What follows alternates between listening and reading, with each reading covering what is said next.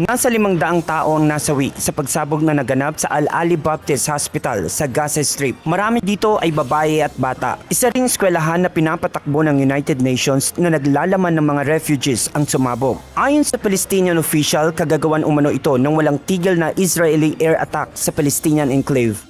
Subalit mariin namang itinatanggi ng Israel Defense Forces o IDF na sa kanila galing ang sumabog na bomba sa ospital, kundi sa Hamas militants. On October 17th, Islamic Jihad destroyed a hospital in Gaza when a rocket aimed toward Israel misfired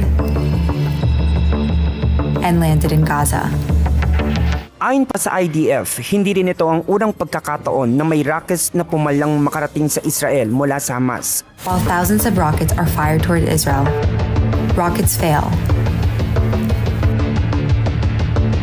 These failed rocket launches cause mass destruction and the death of countless innocent individuals inside Gaza. Ginagawa rin nila ang lahat nilang makakaya upang siguraduhin walang maaapektuhang sibilyan sa mga ginagawa nitong pag-atake.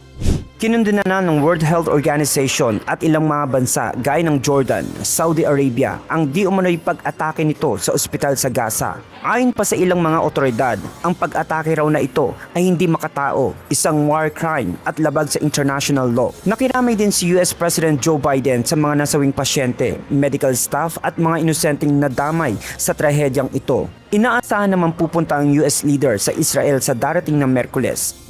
Samantala, nananawagan ng IDF na umalis na sa Gaza City ang mga sibilyan at tumungo sa Al-Mawasi. In recent days, the IDF has been calling on the residents of the northern Gaza Strip to evacuate their homes and to move to the south of Wadi Gaza.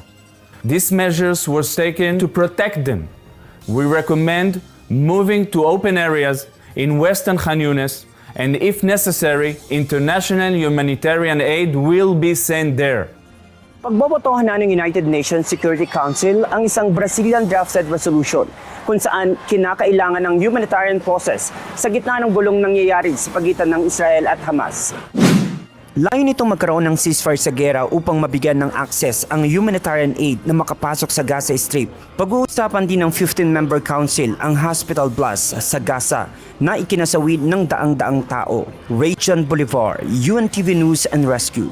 Diyos ang aming sandigan, serbisyo publiko ang aming pinahahalagahan.